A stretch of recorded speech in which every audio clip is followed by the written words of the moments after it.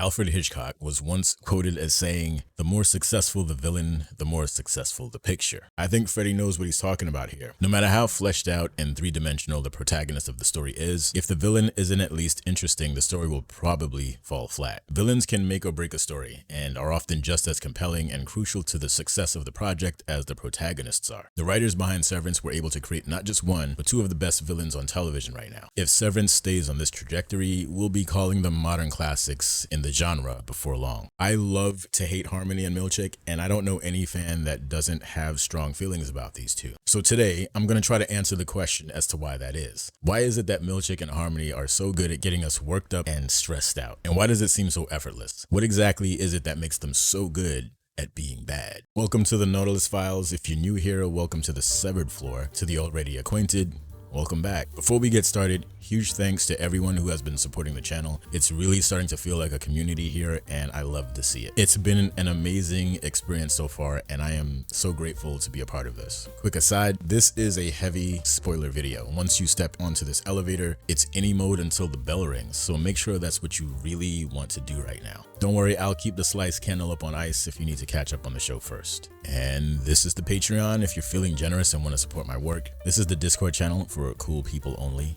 Wink. All are welcome, of course. Okay, gang, now you know the rules. You're expected to enjoy each one of these points equally, or else. Okay, time to dive.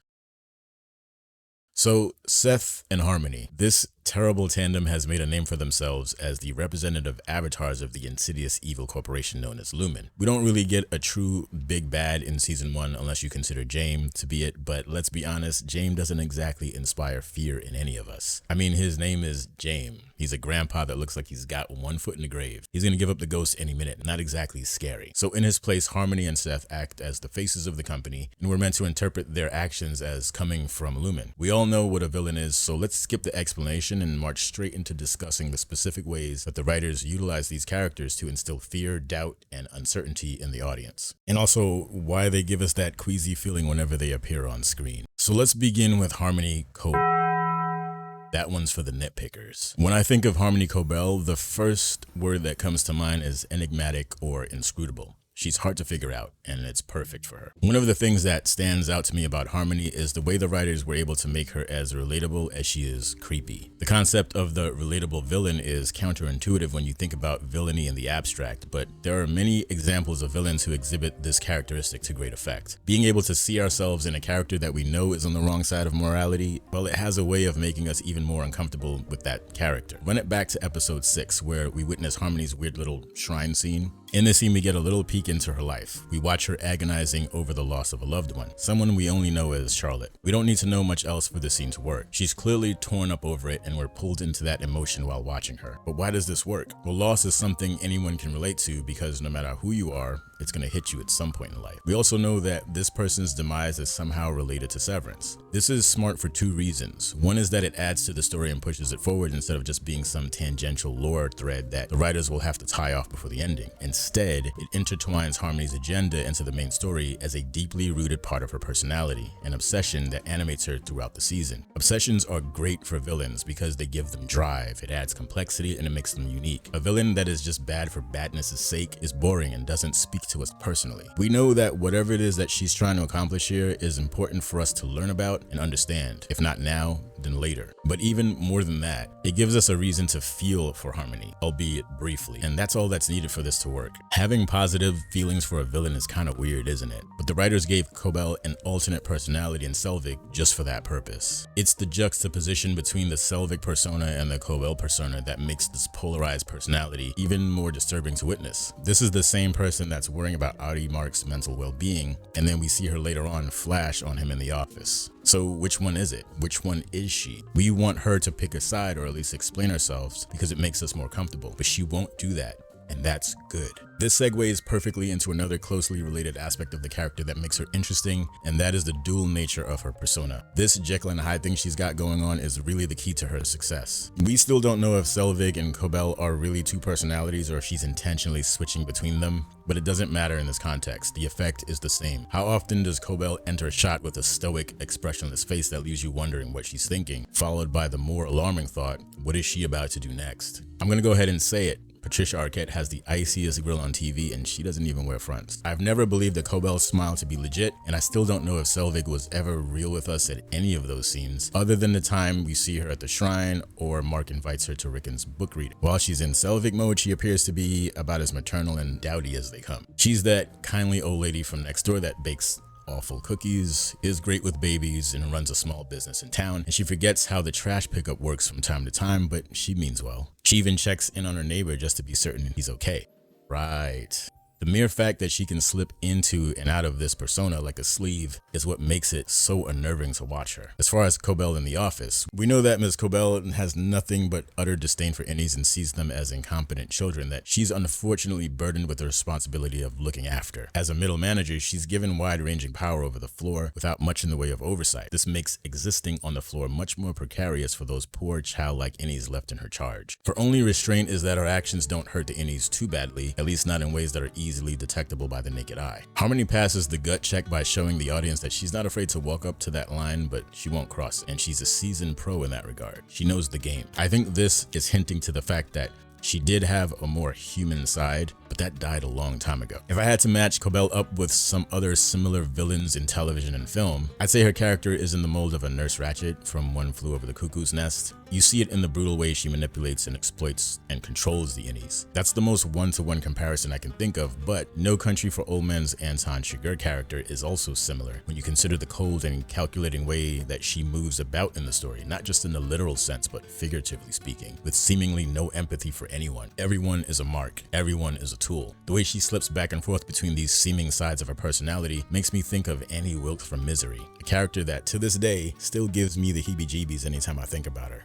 One minute she's bringing you breakfast in bed, and the next minute she's showing you your ankles can bend in ways you had no idea were possible. Alright, so let's move on to the Milchick character, Seth Milchick to be exact. Now you could say that some of the same things that make Harmony a good villain are also shared with this character. This is mainly because they effectively do the same thing in the story. On the severed floor, their job is to psychologically and sometimes physically terrorize the innies into submitting to their will. These characters both represent the oppressive system that is always looking for ways to maintain and expand its power, and they act in accordance with that. So they're bound to have some things in common. That said, I think Milchick is certainly special, and he deviates from the Harmony effect in a few different ways. One way is charm.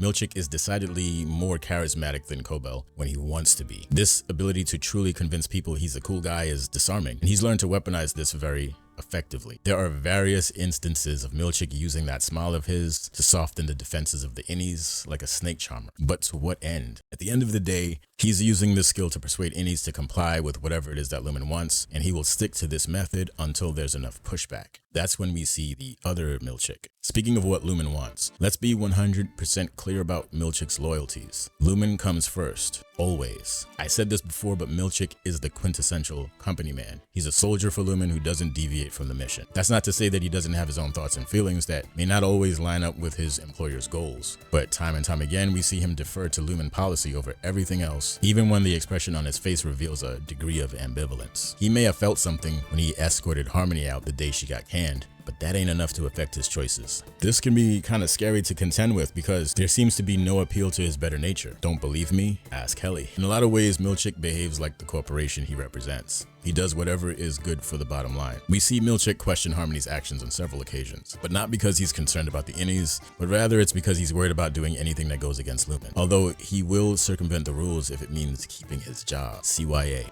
He's become expert in his ability to sideline his emotions in the most morally nuanced. What am I, from Pennsylvania? Okay, nuance. What is wrong with me? All of a sudden I can't say nuanced.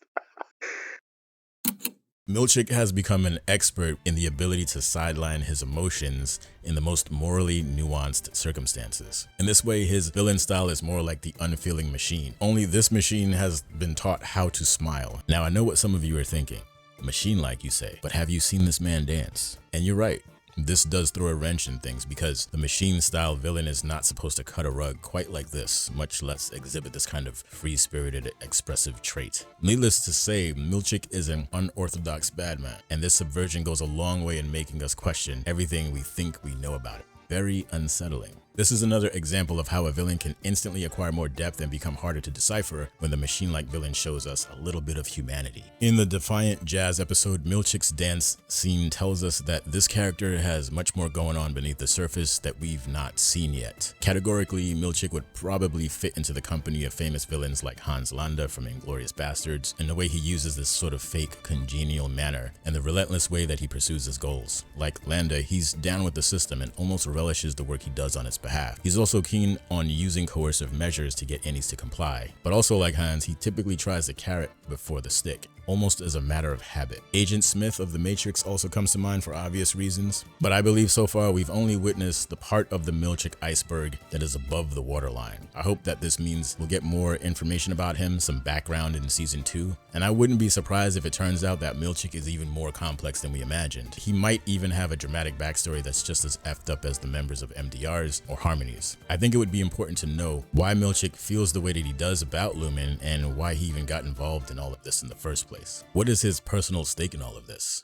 I guess we're gonna have to wait and find out. I know this isn't supposed to be a theory video, but I can't help myself.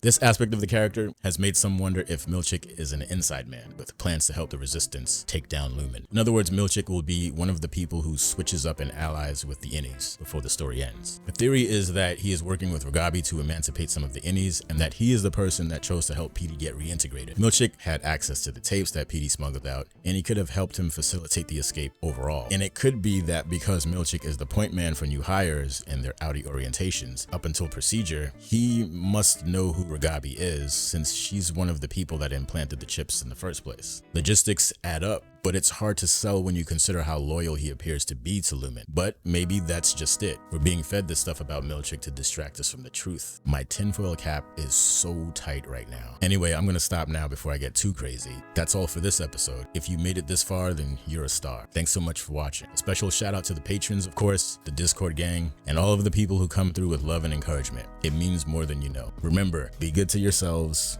be good to others. I'll see you in the next one, but until then, off you go.